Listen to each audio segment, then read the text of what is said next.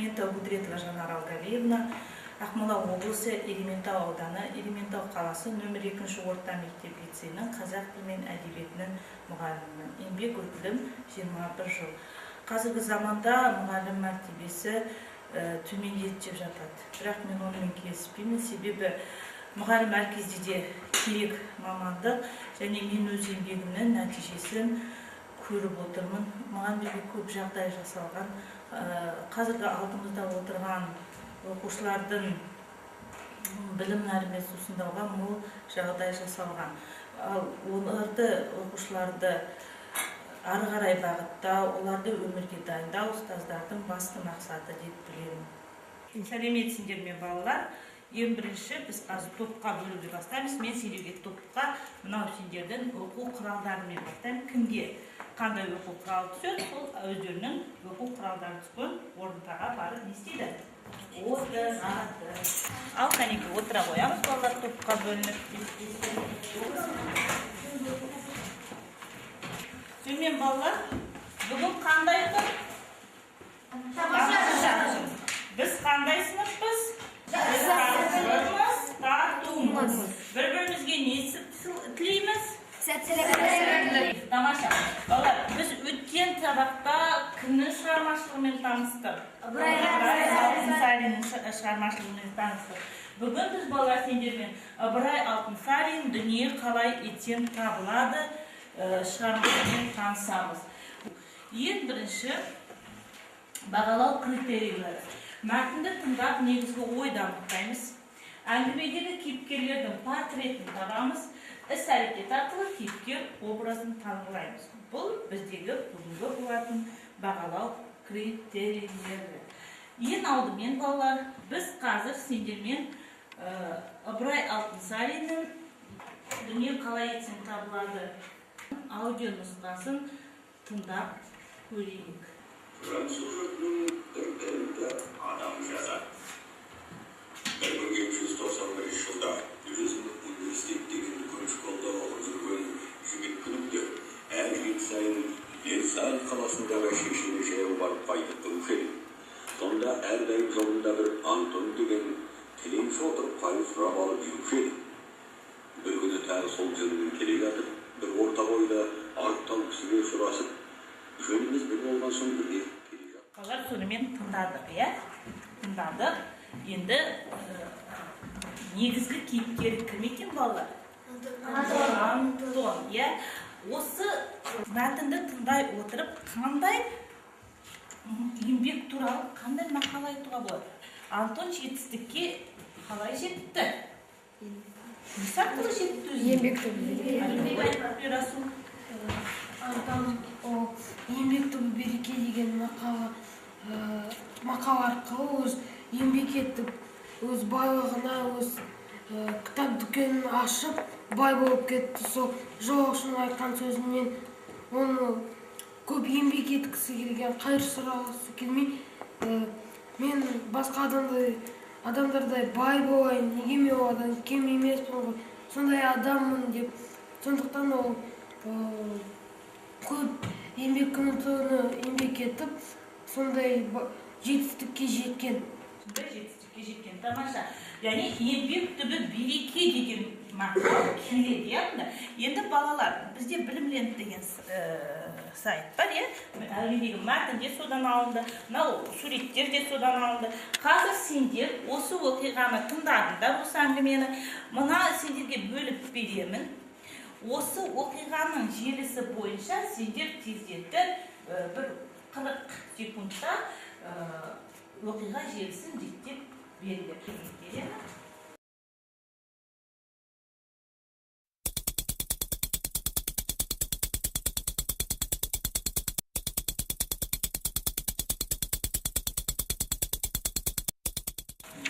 Ал, кәдімгі, бірінші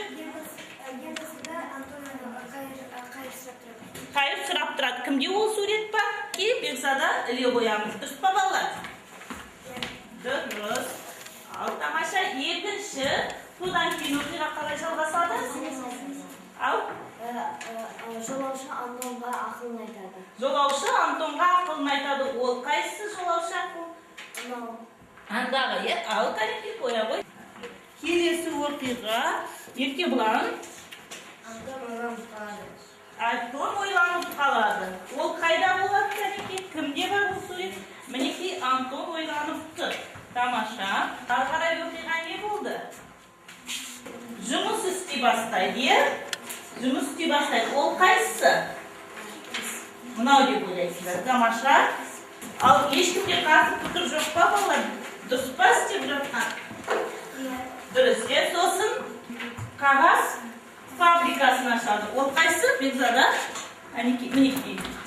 Фабрикасын ашады. Сосын қағаз фабрикасында бастық болады. Қағаз фабрикасында бастық болады. Ол қайсысы деп ойлайсыңдар? Так, мынау деп ойлайсыңдар, Мынау деп ойлайсыңдар тағы? Болды ма? Анау студенттік қой, қағаз фабрикасында ашқан алдында Енді біз қарайық. Біз қандай оқиғаларды тыңдалым кезінде қандай оқиғаларды тастап кеттік. Мынау сурет қалып қойды. Бұл қай жерде келу керек еді?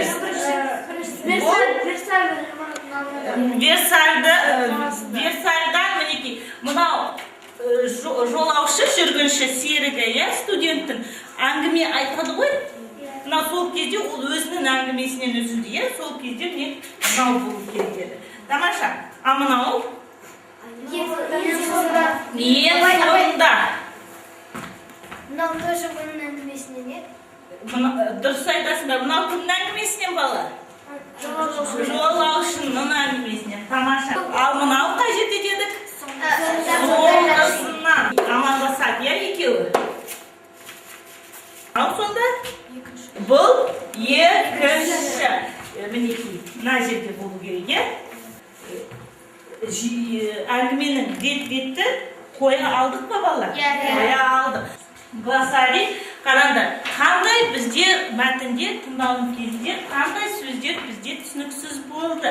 Қараңдаршы. Салам дейді. Салам деген не екен? Шөп шаламның түймесі или франк деген не нәрсе? Ақша бірлігі. Бізде ақша бірлігі қалай айтылады? Теңге. Ресейде? Рубль. Ал Францияда? Франк дейді. А купец деген кім екен? Сауда жасаушы. Саудагер. Немесе бізде қазір қалай деп айтады бұл? Тағы да кәсіпкер деп атайды. Қазір балалар, біз топ болып, мәтін, сендердің оқулықтарында ресурс тестінде мәтін берілген,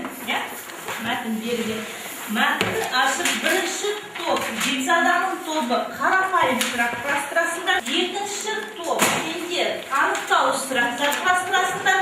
Мәтін бойынша сендер түсіндірмелі сұрақтар құрастырасыңдар. Қарапайым сұрақтар дегеніміз не еді? Айта қояйық. Қандай сұрақтар Бекзада? Жай сияқты. Яғни кім, не, қашан деп сұрақтарға жауап береді. Ал түсіндірмелі сұрақ? Түсіндірмелі сұрақ, ол не үшін, не себепті солай... Неге олай деп ойлайсың, Жақсы, тамаша. 2 минут уақыт балаларға, 2 сұраққа жасай бересің.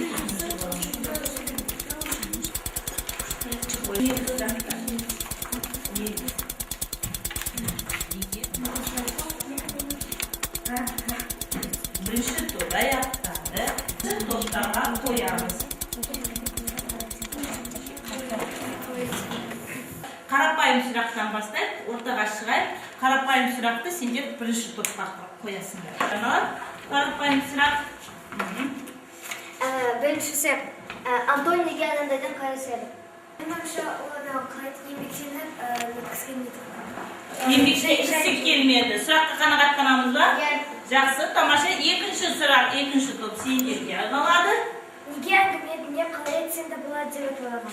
Менің ойымша, Абдай Алтынсарин бізге өзі айтқысы келген, біз өзімізге өзіміз азық табып жұмыс істеп, өзімізді асырау керек деп ойлаймыз.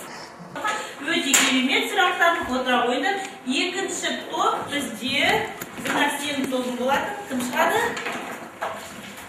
Камилис пен Дамира шығады. Менің ойымша Антон еңбек арқылы жетістікке жетті. Изада жауап бере ғой. Я сенің ойыңдайыз. Антон еңбек арқылы жетістікке жеткен аяз. Менің ойымша бұл мәтіннің авторы Ыбырай Алтынсарин. Ерасыл айта ғой. Сенің ойың дұрыс болмайтын. Авторы Ыбырай Алтынсарин. Ыбырай Алтынсарин. Тамаша, отыра ойында. Және бізде келесі топ қалды. Сұрақ қоямыз. Исмаил және Ерасыл. Неліктен Антон ойланып қалды? Қарақат жауап берсін, иә? Антон жолаушының сөздеріне қатты ойланып қалды, себебі ол өзінің ішінен де солай дұрыс деп ойлаған.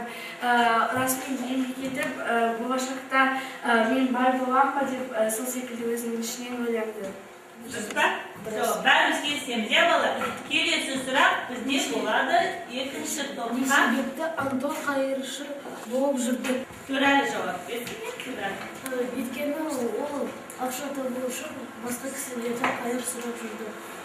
Төмен балалар, кері байланыс жасайық. Осы тапсырма бойынша және бізде бірінші тапсырма кетті. Бірінші топ кім кері байланыс жасайды? Осы тапсырма бойынша кері байланыс. Кері байланыс жасайды. Бүкіл топтарда жақсы жұмыс істеді. Сұрақтары қызықты болды. Олар бүкілі топпен жұмыс істеді. Жақсы болды. Ұсынысың жоқ, иә? Жақсы, тамаша. Екінші топтан кері байланыс жасайық. Маған бүгінгі сабақтарға барлық оқушылардың қатысқан алады. Бірақ та маған үшінші топтың сұрақтары ұнады. Үшінші сұрақтың ұнады. Жақсы, тамаша. Және бізде үшінші топтың сұрақтары қарақат айтады, иә? Менің ойымша барлық топтар өте жақсы қатысты, белсенді болды. Бірақ та олардың сұрақтар жазған кезде олар жазулардың кішкентай болуы. Яғни ұсыныс қандай сонда? Сұрақтарды немесе басқа нәрселерді жазғанда кішкене үлкенірек жазу. Үлкенірек жазу керек. Өйткені бұл сендерге арналады, иә? Алыстап отырған. Жақсы, тамаша. Балалар, сонымен бүгінгі Ыбырай Алтынсариннің әңгімесінен біз қандай қорытынды шығардық? Исмаил, осы әңгімеде сен өзінен қандай тәрбие алдың, қандай қорытынды шығардың? Барлығын адамдар жасап емес, өзің еңбектену керексің. Өзің еңбектену керексің. Тамаша. Екінші топ әлім қандай өзіне қорытынды жасасын осы әңгімеде? Жай отырмай еңбектеніп, даму Жай отырмай еңбектену керек. Тамаша. Және бізде Салтанат өз ойын айтады. Мен басқаша айтқым келеді. Абай атамыздың еңбек етсең ерінбей тояды тіленбей деген өлеңіне сәйкес келген. Сәйкес келген. Тамаша. Балалар, өзіміз бағалайық. Бүгін жұмыста қалай істедік? Исмаил, бағалашы, бүгін сендер топта жұмыс істедіңдер. Қалай істедіңдер? Барлығы жақсы жұмыс істеді. Барлығы еңбектенді. Еңбектенді. Жақсы, тамаша. Дамира екінші топта. Өзіміз бағалайық. Бәрі жақсы жұмыс істеді, бірақ кішкене қатысқан жоқ. Кішкене қатысқан жоқ деп ойлаймын. Белсенділік аз болды, иә? Жақсы, тамаша. Және үшінші. Біз жұмысты жақсы істедік. Тамаша. Балалар, енді менің кері байланысым. Бүгінгі сабақта біз сендермен дүние қалай етсен табылады әңгімесімен таныстық. Яғни біз қандай қорытындыға келдік? Яғни адам еңбексіз ешқашан мақсатына жете алмайды. Сол себепті бүгін біз жұмыс істедік. Біздің мақсатымыз кейіпкерлердің мінездемесін, портретін ашу болатын. Біз соны ашуға тырыстық. Әрбір топ жақсы жұмыс жасадыңдар. Тамаша. Бірақ қандай кері ескертулер бар, кемшіліксіз болмайды, бізде. Сол себепті де әлгінде қарақат айтқан сияқты бала жазған кезде, постер қылған кезде мен оңай айтамын, үлкенірек жазуларын керек. Ал басқасы барлығы тамаша болды. Және екінші топ сендер өте қарапайым сұрақтар қойған сияқтысыңдар, иә? Сондықтан кішкене күрделендіруге тырысыңдар. Өйткені бұл 5-ші сынып оқушысындар. Мен балалар үйге тапсырма жазып алайық. Үйге тапсырма балалар. Мәтінді мазмұндау, және еңбек туралы мақал мәтелдер жаттап беру. Күннен сабағымыз аяқталды. Сау болыңыз.